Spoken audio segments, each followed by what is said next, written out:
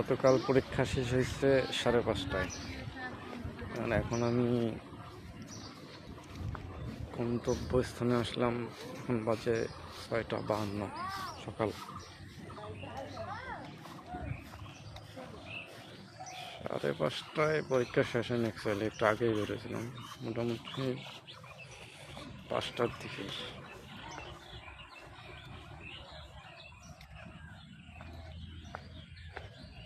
রাত্রে এয়ারপোর্টের উদ্দেশ্যে রওনা দিলাম। সেখানে পৌঁছলাম হচ্ছে 6টার মতো বাজে তখন সন্ধ্যা। আমার ট্রেন ছিল 11টা, অর্থাৎ 10:45-এ।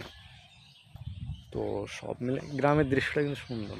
মেইনলি ভিডিওটা করা এই উদ্দেশ্যেই, তারপরেও একটু কথা বলতেছি আর কি। তো 10:45-এ ট্রেন, সেই ট্রেন ছাড়লো 11:40-এ। আর এই যে 6টা থেকে 11টা পর্যন্ত স্টেশনে বসেই গেছি। এখন রাজশাহীতে নামার পরে ট্রেন থেকে নামলাম হচ্ছে 5:15-16 এদিকে। আর রাজশাহীর অটোওয়ালা মাশাআল্লাহ এত ভালো, একটু সকাল বা একটু রাত হলেই ভাড়া হয়ে যায় দ্বিগুণ। তো এখন দেখলাম যে 6:10-এ ট্রেন আছে, অর্থাৎ 40-45 মিনিট পর ট্রেন আছে।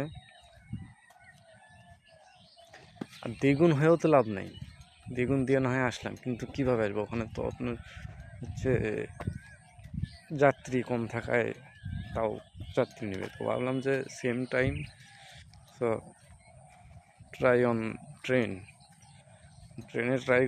ট্রেনে করে চলে আসলাম। ওই যে আমার কোম্পানি, আমার ফ্যাক্টরি, গ্রামের মধ্যে, অজপাড়া একটা গ্রাম, এর মধ্যে ফ্যাক্টরিটা দেখা যাচ্ছে। এতটুকু রাস্তা আবার হেঁটে যাওয়া লাগবে। সামনে একটা অ্যাক্সিডেন্ট হয়েছিল, ওখানে গেলে রাত বেরোতে গেলে ভয়ও লাগে। এখানে একটা লোক ট্রেনে কাটা পড়ছিল, বসে থাকতে থাকতেই আবার বুঝতে পারেনি, ট্রেন চলে গেছে। কত সুন্দর, এত সকালে এরা উঠে তোর ঘাসও খাওয়ায়। আমি তো 8টার আগে উঠতেই পারি না, 8টার আগে উঠতেই পারি না।